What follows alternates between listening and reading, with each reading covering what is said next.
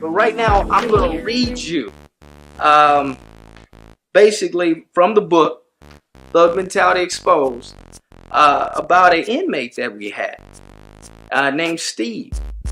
And Steve was 18 years old when he came to us. And he came to us for murder.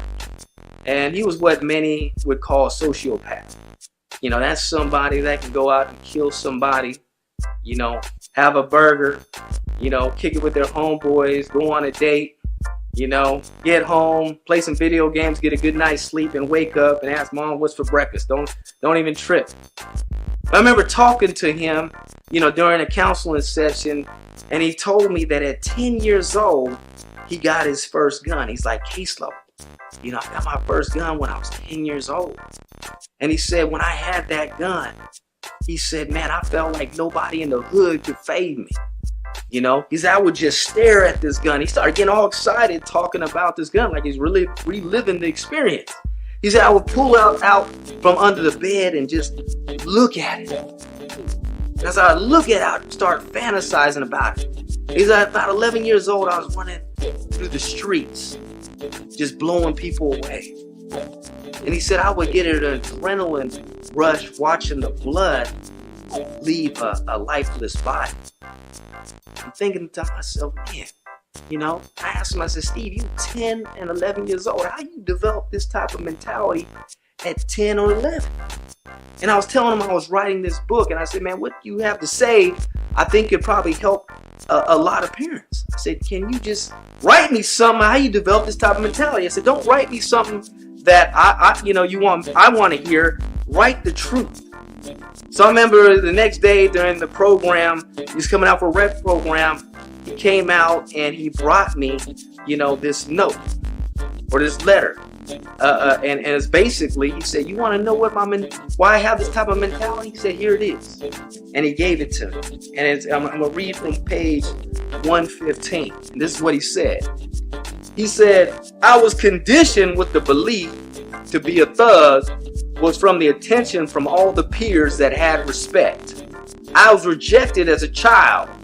So since I believe I need the respect to survive in my neighborhood, I could kill two birds with one stone and get the attention and respect from acting like a thug. Being rowdy, boisterous, disrespectful, and wild was passed on to me from my peers. I believe if I don't beat them, somebody else will. Or this is free money, so I'm going to get it. It was important for me to be serious and get over on the system the more I became deep into the mentality as a hustler.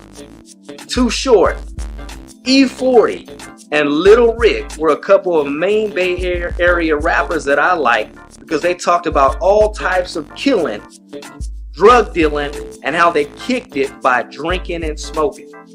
They would give me a natural high and get me pumped up with negative adrenaline. So he liked these rappers because, like I said again, he said they talked about all types of killing, drug dealing, and how they kicked it by drinking and smoking. It'll give him a natural high. And I remember talking to Steve, and I said, Steve, I said, I want to know everything you did that day before you killed your victim. He said, everything, caseload? I said, everything. I said, I want to know everything you did that day. He's like, well, I woke up and I got lit. I was like, you getting lit, Steve? No Fruit Loops or orange juice and spit a blunt in your mouth just like that? He's like, oh, caseload, when a brother navigates through them streets, man, you know, you got to be on point. You know, a brother get caught getting paranoid, man, get caught slipping. He said, that's game over. He's like, I got to have my weed. I was like, all right, caseload. I said, what'd you do after that? He said, started getting real animated. He said, oh, caseload, I put on the Gangsta music. You know, what type of music? Snoop Dogg, Tupac, all that. I said, why you put on that music? He said, caseload, when I put on that music, I feel like I'm way up here and my enemies is way down there. It's like whatever they talking about doing, I feel like I could do. They talking about slanging, I feel like I could slang. If they talking about jacking, I feel like I could jack. They talking about pimping, I feel like I could pimp. If they talking about killing, I feel like I could kill. He said, caseload, it's like their words become my words. And whatever they talking about doing, I feel like I could do. I was like, man, that's powerful. So I want y'all to remember that later on. He says, whatever they talking about doing, I feel I can do. You know, the Bible says life and death are in the power of the tongue. Okay?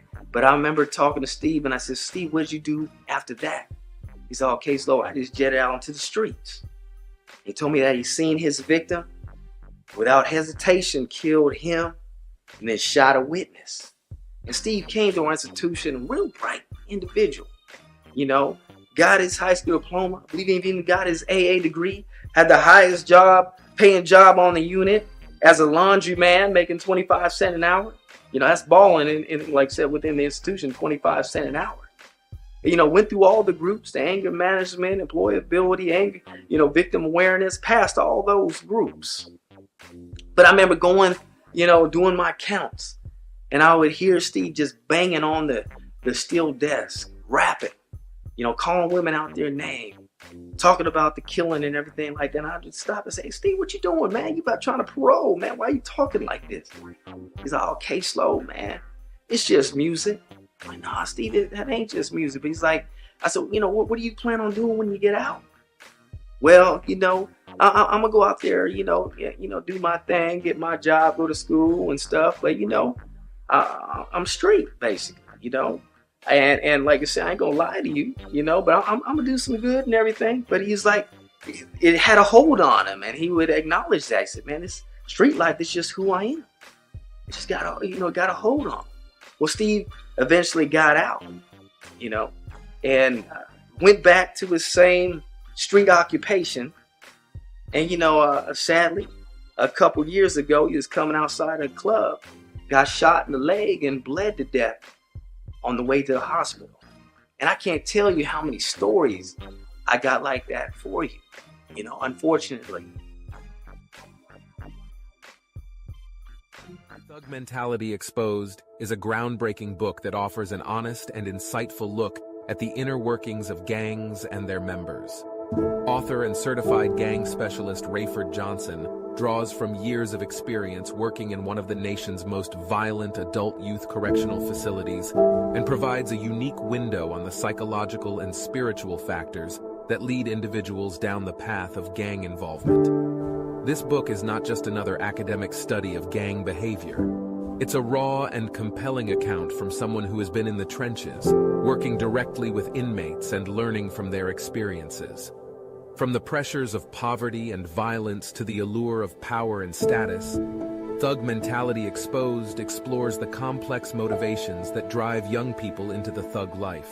Whether you're a concerned parent, a teacher, or simply someone who wants to better understand this important social issue, Thug Mentality Exposed is an essential read. With its powerful insights and compelling storytelling from the author and inmates themselves, this book will leave you with a deeper understanding and solutions to address thug culture.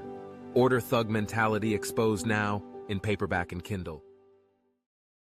Join us as we bring you a collection of powerful and anointed biblical messages, life-changing self-help books, and testimonials right at your fingertips.